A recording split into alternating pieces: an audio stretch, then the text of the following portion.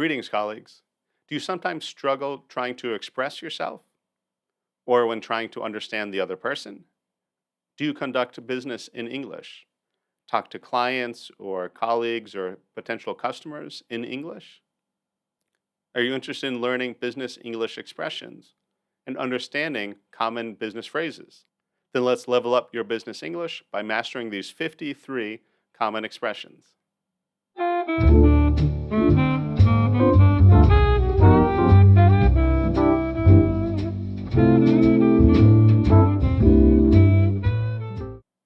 All right, so we're going to go through 53 different common expressions that are often used in business English. Let's jump into it. The first one is action point. So an action point, we mean something that we can do and take action on. So maybe we have a problem, but okay, I have these 3 action points. That is, these 3 things that we can do, something affirmative that we can take action on. So let's discuss these solutions or these 3 action points. How come the CIA has never discovered any actionable intel regarding this syndicate? The next one, somewhat similar, is actionable. So is this something that's actionable? Can we take action on it? Maybe someone says something and you want to do something, but it's not really actionable. Maybe an employee or subordinate did something or said something, so you might talk to the legal department or the HR and they say, no, that's not really actionable. We can't fire them about that. Or someone says something or does something wrong. Is it actionable? Could we take legal action about it or some other action about it? Nope, that's not actionable. Or, oh no, that is actionable. If they do that, then we can take these action points. After that, the probability fields will shift, and it'll be another century before they align like this again. Yet the pins do not align. The door remains locked. The next one, align. So align, we hear this a lot with modern corporate speak. Align, literally it means, coming into alignment, getting the lines correct in order. But we'll often use it metaphorically, like our goals align. In other words, we have the same goals. Maybe we don't like each other, we don't like working with each other, but today our goals align, so we're going to work together because we have the same goals. You're telling me that it is your judgment that this is the best course of action for this country, for this president. Best course of action. The best course of action is really just a fancy way of saying this is what we should do. Maybe we had a crisis, we had a problem, we discuss some different possible action points. We discuss different things that we could do. And then at the end of the meeting, at the end of the discussion, the boss says, okay, this is our best course of action. We have different ones that we could take. We have different options. But this is probably the best course of action, the best thing that we could do, considering the options.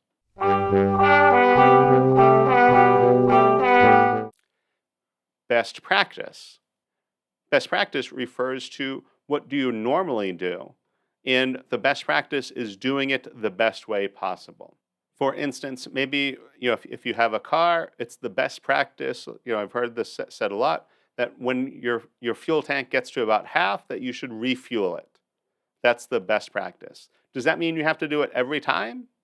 No. And maybe it makes sense not to. If you're going on a long trip and you're going to use all the fuel in the car, you're not going to refuel every time you get through half. You're going to wait to 3/4, maybe a little bit more before you refuel. But in your normal driving, the best practice might be to refuel when it gets to about halfway, because then you have at least half a tank in the gas tank.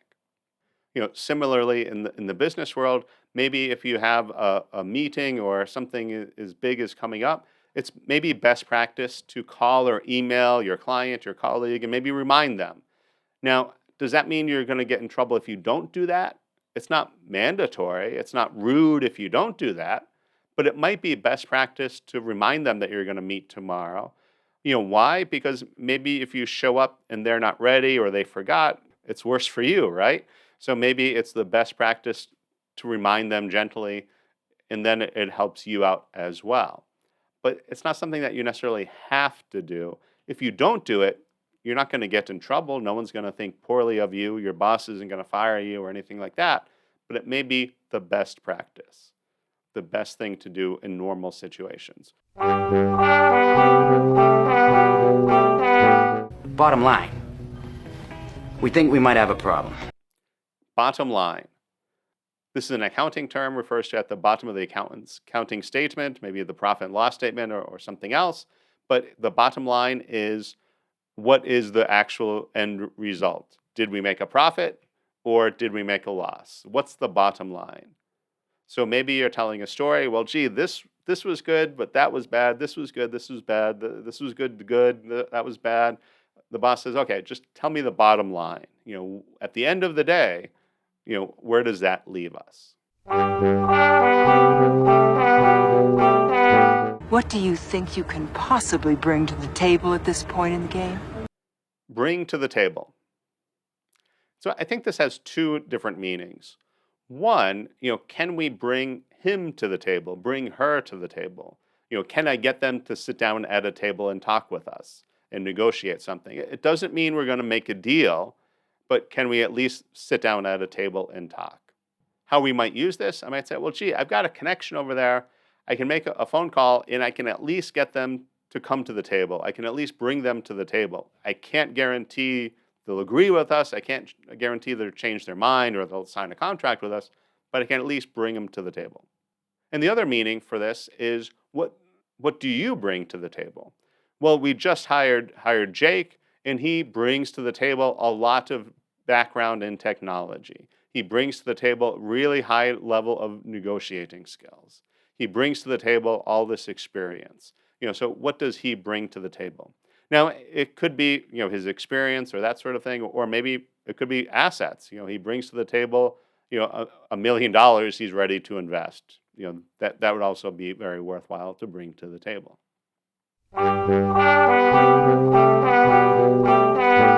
There's quite the buzz around here, finding you in the ice. Her new film, The Making of a Saint, the buzz is amazing. Could you please stop being such a buzzkill, dude? Here's what I'm thinking. An event to generate buzz. Buzz. Buzz is when people are talking about something. I think this originates maybe when bees are buzzing around, making noise. So you're hearing a lot of buzz. You're hearing people talking about something. And so usually that is considered a good thing. Oh, there's a lot of buzz about this new company. If it's a new company, it wants people talking about it. So that would be a very good sign. Variations of that generate buzz. If we're going to start out this new company, we need to generate some buzz. We need to generate buzz about our new product or about our new restaurant or whatever it is. Or also buzzword. A buzzword would mean something that this word, this phrase is commonly used, right now. You see this a lot with human resources or in academia, where all of a sudden, everyone's talking about this one word or this one phrase. That's the buzz. So we want to, incorporate that. We want to use that in our brochures, in our literature, on our website, in our syllabuses or whatever it is. But we want to use these buzzwords. These words are important to include.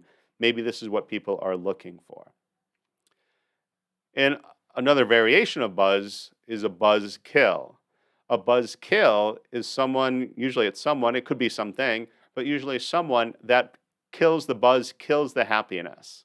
For an example, how we might use that, let's say it's Friday afternoon, everyone in the office is happy, they're excited for the weekend, they're looking forward to the weekend, everyone's in a good mood, but then the boss comes out of his office and starts yelling at people, telling them they got to stay late, they got to do this, or just being kind of a jerk. We could say he is a buzzkill. Soon as he steps into the office, everyone's mood goes down. He's a real buzzkill. Or if it's an event, maybe we say, management announced that 5 people in the office were fired. So that's also a buzzkill. The layoffs were a buzzkill.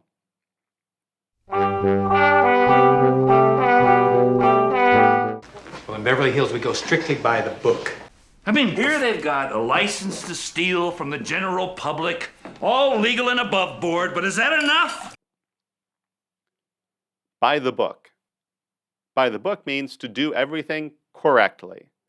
So the book meaning the manual or the law, whatever it is, but doing it by the book, doing everything correctly.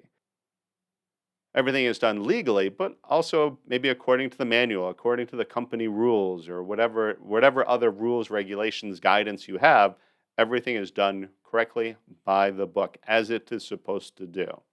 Similar to that is above board. Above board above board means to do something or something is done lawfully. And the way I see it, ladies, you owe me for one jelly donut. I guess you owe me a favor too.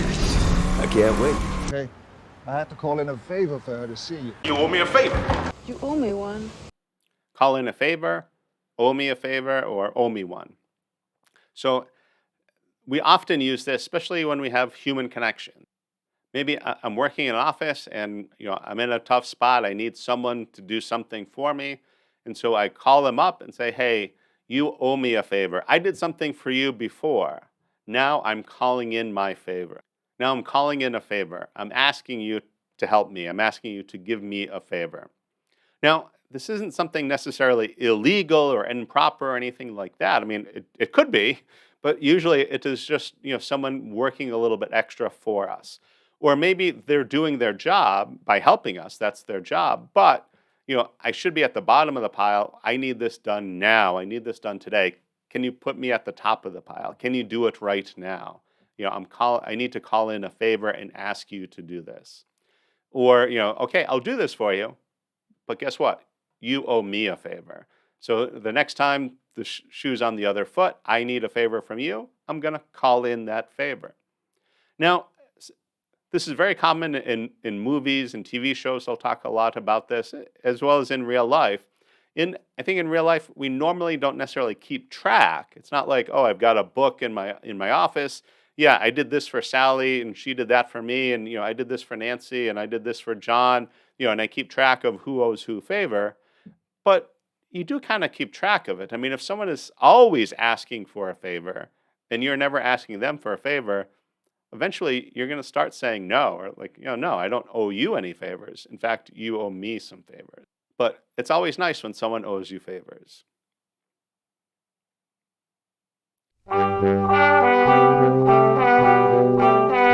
Door to door. It's called cold calling, John. Shows cold calling does work, fellows. Cold call. So a cold call is something that we often hear about in sales, where they're calling on someone, and this could be on the phone or physical calling on someone, going to their office, going to their home, whatever it is, but without any notice in advance, without any connection, without any other reason. You got their name, you got their phone number, or their email, or whatever, but then you're just contacting them out of the blue. They didn't ask to talk to you. You don't know them. They don't know you. That's why it's a cold call. So generally in sales, this would be usually the lowest level of salesmen are cold calling people. As they get better as salesmen, saleswomen, and get promoted, they're hopefully, or they probably want to move to a position where they're not cold calling people anymore. It's usually not pleasant. And most of the people are probably going to hang up on you. So you probably want to deal with more potential customers or clients that want to do business with you than just cold calling people. But there's still a lot of sales out there that focuses on cold calls.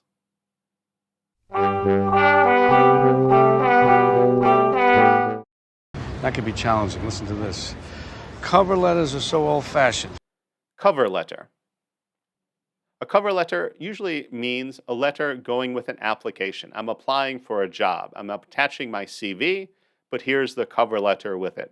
And in the cover letter, I'll explain why I want the job, if I have a connection to this company, or if I know you personally or a friend or anything like that. But I'm sending a cover letter with my CV.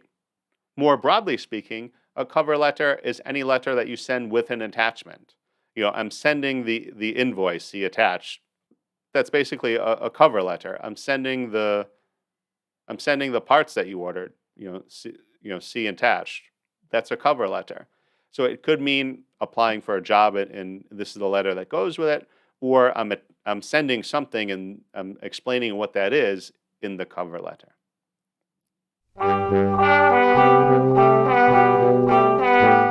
Let's cut to the chase. So what do you say we cut to the chase? Cut to the chase. So cut to the chase, in other words, stop beating around the bush, which might be another one. Just tell me what you want. I don't have time. I don't want to hear you explain again and again and again. Just tell me what you want. Cut to the chase. You need me to do this. You need me to do that. Let me know what you want. I'm not saying I'm going to say yes, but just tell me what you want. Stop, beating around the bush, talking about it. Just tell me what you're looking for. Cut to the chase.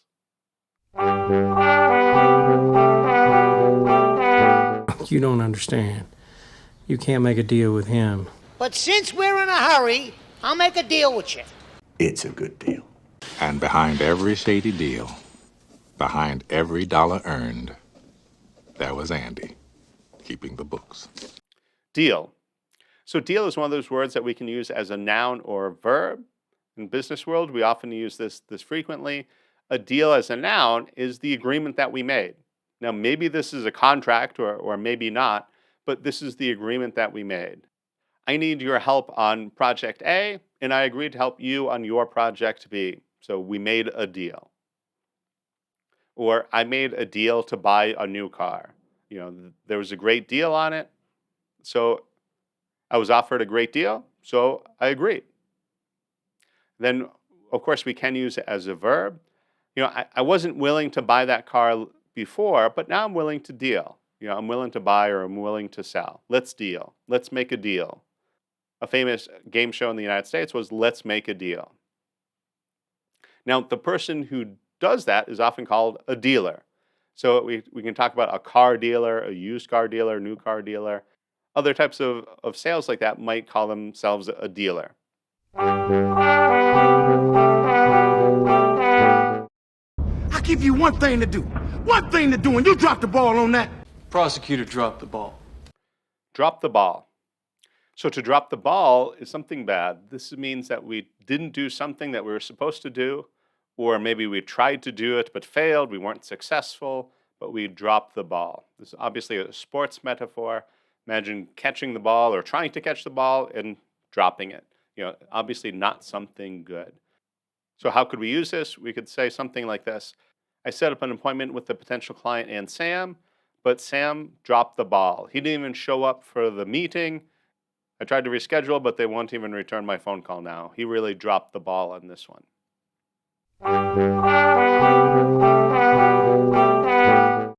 No, but my boss wants to make sure we've done the due diligence. This was all legal. What about due diligence? Due diligence. So this is often used in legal contexts, but it's a very common business term.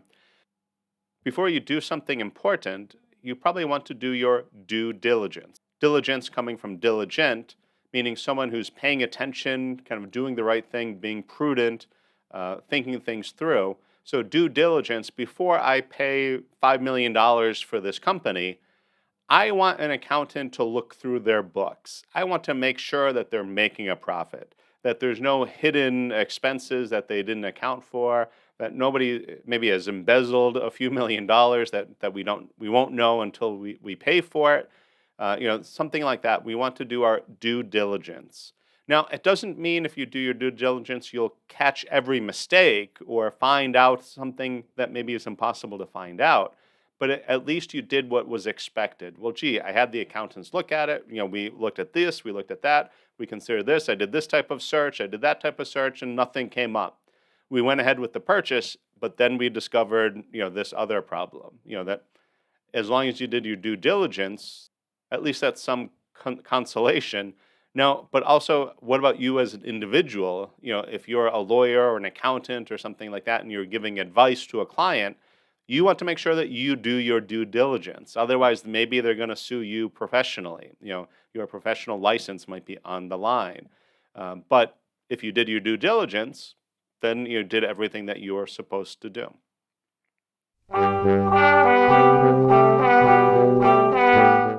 At a press conference, investigators told reporters all leads have been followed up, but so far there are no persons of interest. Chief Jensen wants him to cool his heels another day while we follow up on some leads. Yeah, did you follow up on that? Follow up. So we use this when we did something or someone else did something, but we need to now make sure it was completed. Maybe we had a meeting and it was agreed, Nancy was going to handle this, but I haven't heard from her, so I need to follow up. I need to talk to her, send her an email, call her, visit her, whatever, but I need to follow up and make sure that she actually did that. If she did, then great. Otherwise, I need to follow up and remind her, ask her to do it again. Or maybe we had a meeting, we tried to sell something to you, but you didn't say yes or no. So a week or 2 weeks later, I might follow up. I'll call you and say, hey, have you still thought about our offer? Do we have a deal? What do you think? So I'm going to follow up on those calls.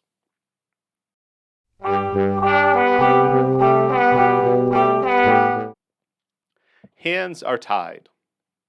So this means my hands are tied. I can't do anything about it. You want me to do something, I'm sorry, my hands are tied. The boss has to make that decision, or that's not even decided here in this branch office. You got to go to the main headquarters to get approval for that. I can't approve that. My hands are tied. So even if I wanted to help you, even if I wanted to agree or do whatever you're asking me to, I don't have that authority. So I'm not able to do that.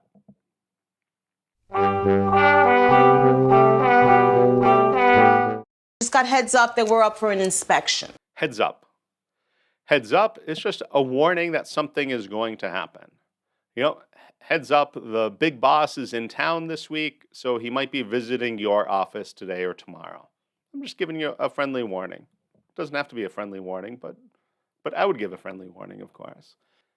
Or I'm giving you a heads up, this client of yours is not happy. So you may want to contact them, you may want to follow up with them and find out why they're not happy and do something to try to fix it before they choose to terminate the contract with you.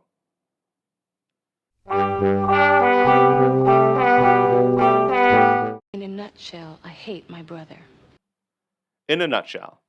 A nutshell is going to be something that's very small. So if I ask you to explain it in a nutshell, I'm asking, give me the short version, kind of like the too long didn't read version, we might call it today. The old version of that would be, tell me in a nutshell. Don't tell me everything, just tell me the bottom line. What do I need to know in a nutshell?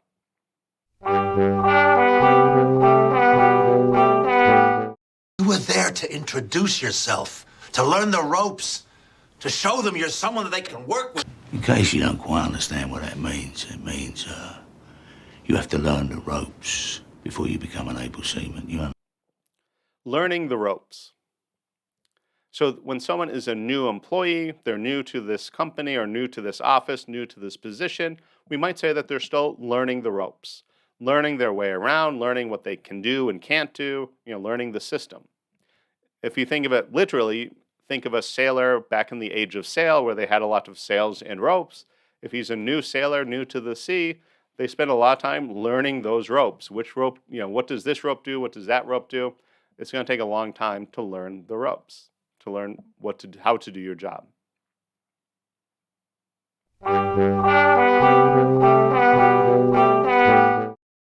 You have to move forward. To move forward or move something forward. Now, this could have a couple of different meanings. If we move it forward, we could mean that, we're thinking about something and we're advancing it. Yeah, we're moving to the next stage, the next phase. We're going to consider it. It's going to move forward. We're not only are we still considering it, but it's even more advanced now. But move forward or move something forward could also be a scheduling issue. For example, we have a meeting set at 2 o'clock, but I just found out that I've got to meet with my boss at 2 o'clock. Can we move our meeting forward to 1 o'clock? Move it forward, meaning move it earlier. We will meet earlier.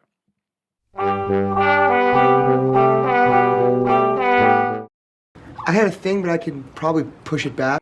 If we can move something forward, we can also push something back. So if I push something back, we were going to meet at 2 o'clock.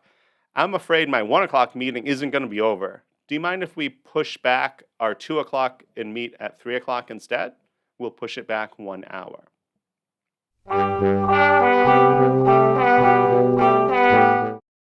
Others have found a way to push back. We could also talk about pushback. The new boss wanted everyone to come in and work on Saturdays, but there was a lot of pushback. A lot of people complained about it. They didn't like it. So now maybe the boss cares about it and so he'll change his mind, or maybe the boss doesn't care. Even despite the pushback, everyone's still got to come in on Saturday to get this extra work done, but there was some pushback. People complained, they were talking about it, that sort of thing.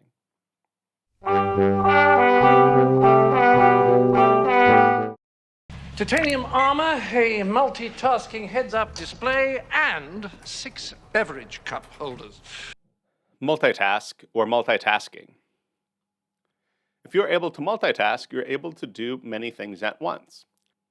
I remember when I was working in a financial company, and we just hired, or they hired someone new for our little department, and my boss, met with them, and I asked her, "Oh, what do you think of the new girl, the new person that they hired?" And my boss said, "She can't multitask, and she doesn't take notes."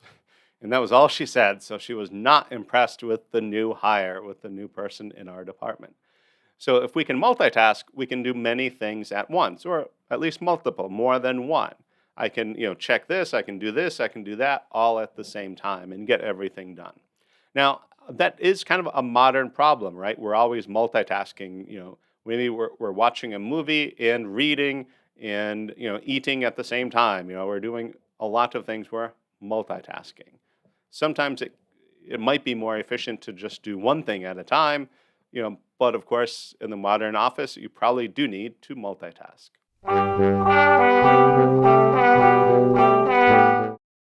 Plug in. You should be able to interpret the entire Imperial network. Network. Now, we could use network meaning like the internet network, the connection of the computers. We have an internal network or external network to, connection to the internet. But we'll probably mean it more as business networking. That is, you go to a Chamber of Commerce event or a conference, a training, something like that. And one of the things that you're supposed to do there is to network, to meet other people in your business, in your line of profession, your line of work, or similar to it, near it. And you want to get their contact information, and become kind of friends with them, colleagues with them. Now maybe something will come of it. Maybe they want to hire you, or maybe you can hire them. Or maybe they'll put you in touch with somebody else that needs to hire you, or they might know someone that you need to hire. Whatever it is, but you want to network. You want to increase your network, your connection of other people. And so a lot of people, especially in the business world, can be very good at this, very effective at this. And this can kind of be a force multiplier for your company if you're good at networking. Network we can use both as a verb and as a noun. I need to go to this conference, to network. I'm going to network while I'm at the conference. Or, gee, I don't know someone that can help with your problem, but let me check my network. I have a network of professionals, and maybe some of them know how to do this, or they know someone who knows how to do this. So I'll ask my network of friends and colleagues that may have information that I don't have, and are willing to share it with me.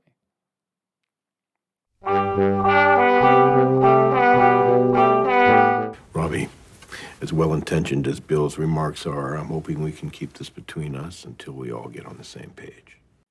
On the same page.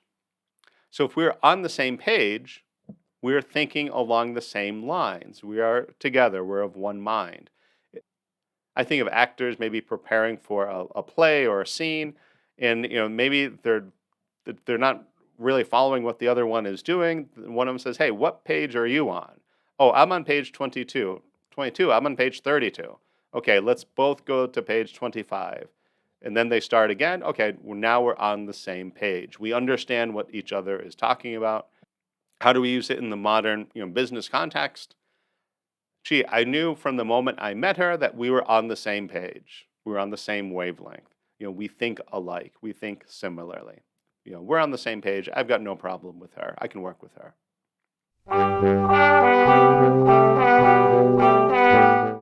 That's a lot of pain points. Pain point. So often in sales or marketing, this comes up a lot. If we're going to market to someone specifically or to a class of people, we need to identify their pain point. What struggle do they have? What point of pain, what causes them discomfort, pain, that we can kind of talk about and solve for them. Ideally, we're taking their pain and alleviating it, making the pain go away. So if you can identify what a potential customer, potential client's pain is, then you want to explain to them, hey, I know you have this pain. I can solve that. Hire me and that pain goes away. So that can be a very effective sales or marketing strategy.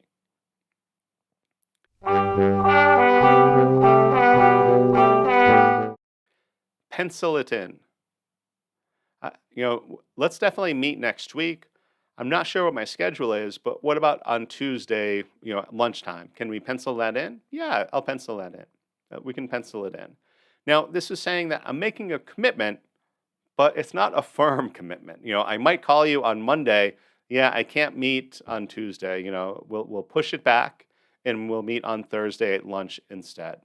But if we pencil it in, we're marking it, we're putting it on the calendar, but with the idea that it might have to change. I might have something, maybe more important that I can't move. So I'll ask to move our meeting, our lunchtime, or our whatever our get together is, because we just penciled this in. A pencil, it is easy to erase. If it's in ink, you usually can't erase it. So if we put it in pencil, if we need to change it, we can erase it and move it somewhere else.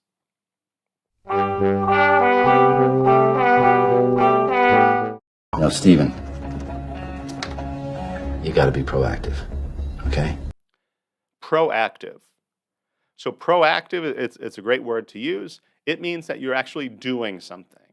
Gee, I heard my client maybe upset with us or is not happy with our service. So I reached out to them. I called them and set up a meeting. I'm going to meet with them this afternoon and find out what's wrong and come up with a plan to fix it. I don't want them to fire us. I don't want them to cancel our contract. I'm going to be proactive and solve this as quickly as I can. Versus reactive. Well, I've heard that my client, isn't really happy, but he didn't call me. He hasn't canceled anything, so I'm not going to do anything. I'll wait for them to call me, maybe wait for them to cancel, then I'll get into reactive mode. Wait, why are you canceling this contract? Let's meet, let's talk about it. What can I do to solve this? That would be more reactive. And certainly some businesses or some individuals, some people, we generally are more effective if we are going to be proactive. If we're only reactive, we don't control our calendar because we have to react. Well, gee, I got a complaint this morning, or I found out I have to do this for tomorrow.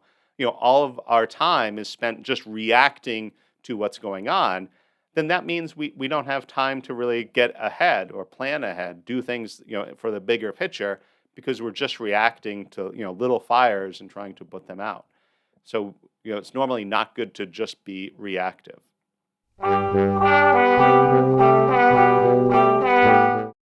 Don't play stupid. You can't pull it off. Pull it off. So pull it off means to do something successfully. Usually something that, people didn't think you would be able to do. You had 5 sales calls today and you sold each customer. You were able to pull off 5 sales in one day. That's amazing. I can't believe you pulled it off. Or you got the boss to agree to give you next week off. Wow, usually he doesn't let anyone take vacation unless they plan for it, a couple of months in advance. I can't believe that you pulled it off, that you got him to say yes.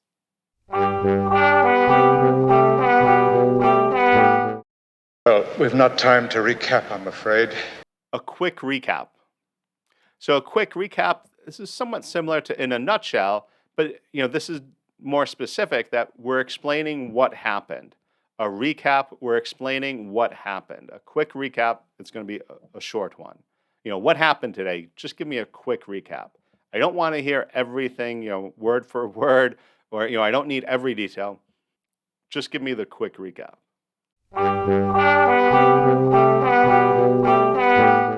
But don't you think it's time to raise the bar a little? Huh? Raise the bar. So to raise the bar, if we think of an imaginary bar that's going across, gee, this is what is acceptable, or this is what's normal. So if you raise the bar, then wow, you did a much better job. I didn't think my my whatever would be able to do that much for me, it would be that helpful, would be that effective, you really raise the bar. Which is good to hear, but it also means in the future they're going to expect a lot from you as well. But that should be a good sign, right? You want to raise the bar, do better than expected. And it could be for you individually, like, wow, I didn't expect him to do so well. He raised the bar for himself. Or, oh, wow, this was the best blank whatever. They really raised the bar. I'm not going to go to anybody else. I'm only going to go to this one. They really raised the bar. Now, think about the opposite. If we have someone who raised the bar, we might have someone else who lowered the bar. Wow, he was terrible. He really lowered the bar. Meaning, he was so bad, that my expectations were here, but he lowered the bar. Now when I hire somebody else, maybe my expectations are going to be much lower. I'm not going to expect as much because this guy did such a bad job. He lowered the bar. So this is usually not a compliment. This would be something negative.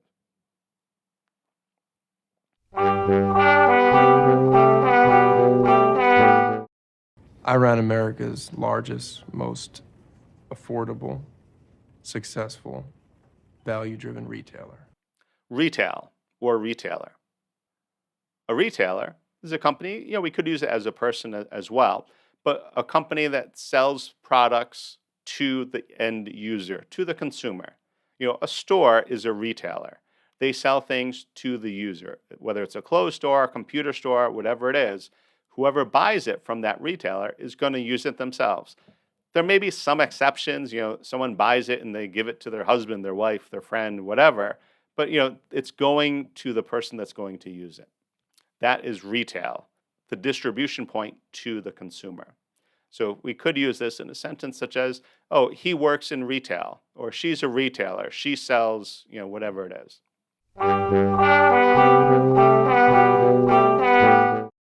They're agents. They're going to New York to see a wholesaler. First class. Retailer, I don't think really has an opposite, but if we think of the supply chain, what would be before the retailer? That would be wholesale or wholesaler. So the wholesaler, buys it maybe from the factory or maybe from a distributor, but, will buy a lot of it in bulk and then sell it to different retailers. So a wholesaler could also be called a distributor, but they're buying it in bulk and then also selling it in bulk. So if you can buy something wholesale, it's usually going to be much more inexpensive than retail, but they usually don't sell to individuals. They don't want to sell one dress. They want to sell 1,000 dresses. They're not selling one computer. They're selling 1,000 computers. So, he deals in wholesale. He's selling to retailers in buying from factories or other distributors.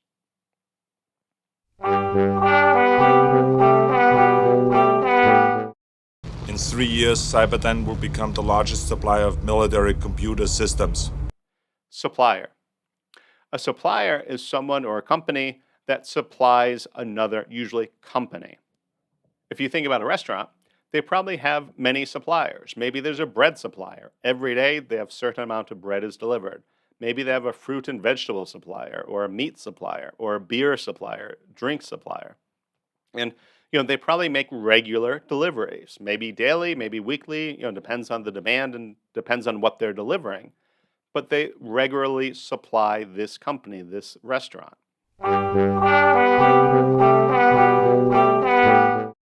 So what do you think? Should I fight this or run with it? Run with it. Run with it means to take something and keep going with it. So, gee, I set up this meeting with this potential client, but I can't make it. Can you go in my stead and set up the sale, try to make the sale, try to make the closing? You run with it. You take it from here and you go with it. Now it's yours. See how far you can go with it. Another way we can do this is when we're kind of maybe asked something unexpected, but you go along with it. Gee, I was there just to kind of service the existing contract, but it turned out when we started talking, they wanted to double the contract, or they wanted a brand new contract to include these other areas. I really wasn't ready for that, but I ran with it. I went with it anyway. I was able to take it and run with it. I didn't say no.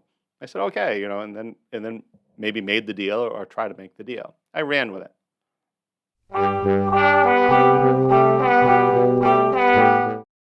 There's no politician who's going to sign off on a bailout. Sign off. So sign off has a couple of different meanings. One, we can use it, we do this on computers a lot. I'm going to sign off. I'm going to log out, or if I'm on Messenger, I'm going to tell the other person, hey, I'm turning off the computer, I'm turning off my phone.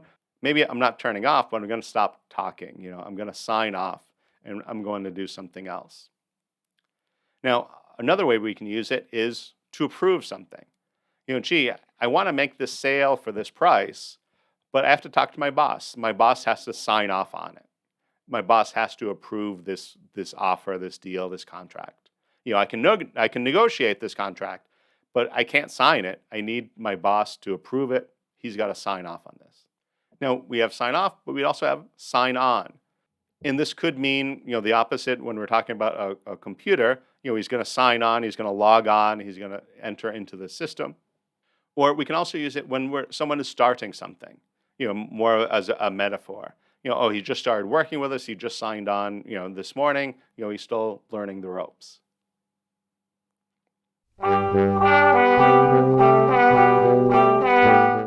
Should be another day of calm seas and smooth sailing. Smooth sailing. Seems like we have a few naval or sailing terms here, but smooth sailing means no problems. It's just smooth sailing. No storms, no hurricanes. Everything is running smoothly. So it's a very good thing.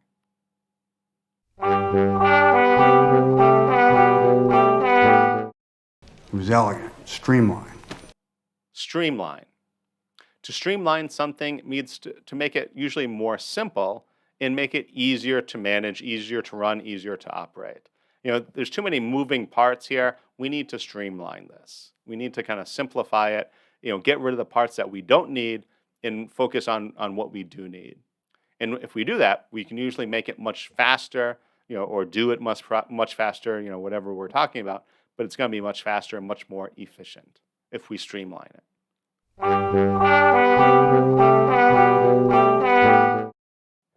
Unique selling point, or USP. So this is often used in sales talk.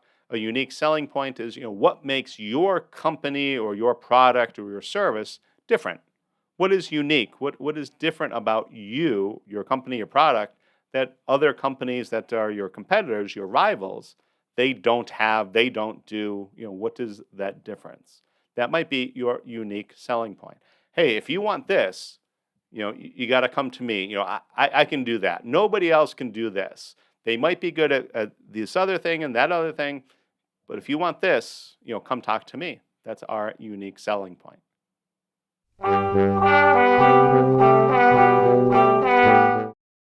If that list gets out into the open, the names of our agents in every country in Eastern Europe will be up for grabs to the highest bidders.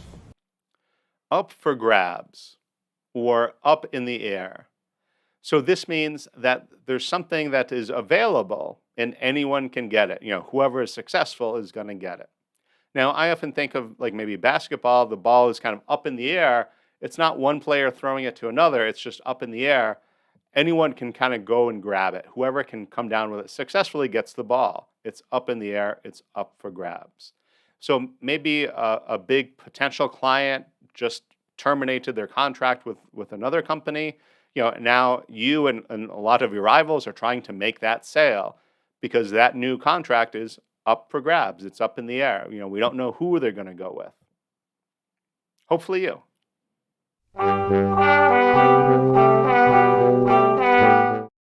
Welcome aboard. Welcome aboard. So often this is a phrase we say to someone who is newly hired. They just joined our company. Oh, you just started today? Welcome aboard. I'm glad that you're part of our team, part of our company, part of our office, part of our crew, whatever words we want to say, but welcome aboard. Enjoy your time working here. We're glad that you are here.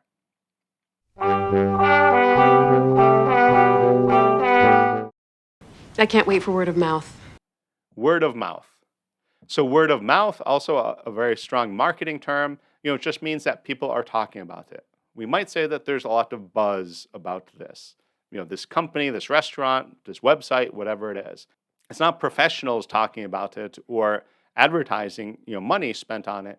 It's people just saying, "Oh wow, I went to that restaurant. It was great. You got to go." Or "I went to that new movie. Did you hear about it? It's great. You got to see it." And a lot of times for most things in life, if you hear someone say that to you, that's probably going to be much more powerful than any advertising that you've seen or you heard. In fact, a lot of times we just kind of ignore advertising. But if someone tells us, "Oh yeah, I did that. I went there. I watched that. I bought that. I've used that, and it's great. You should try it." That's probably going to be much more effective than anything else. Word of mouth is very effective, especially if you trust the person who's talking to you, right?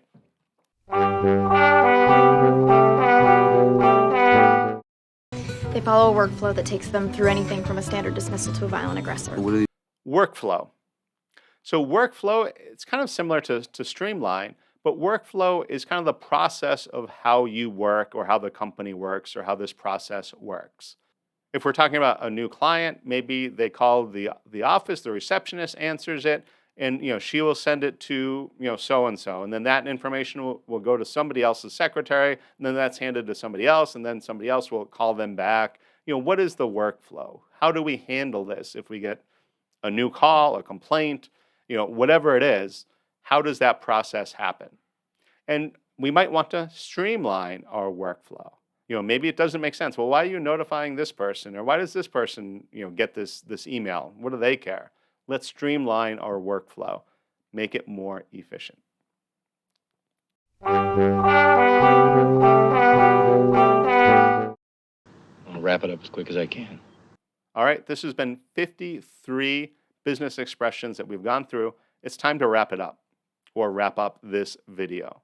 To wrap up something means to end it, end the conversation, end the contract, or close the contract, make the sale, whatever it is. But we're going to wrap up tomorrow. We're going to wrap up in 5 minutes. Or we're going to wrap up now. Now, we're not going to stop completely. The next video I want you to watch is this business English speaking practice conversation, lesson 1. If you haven't seen this, this is a great way to improve your conversational skills. We'll take part in the conversation, you and I.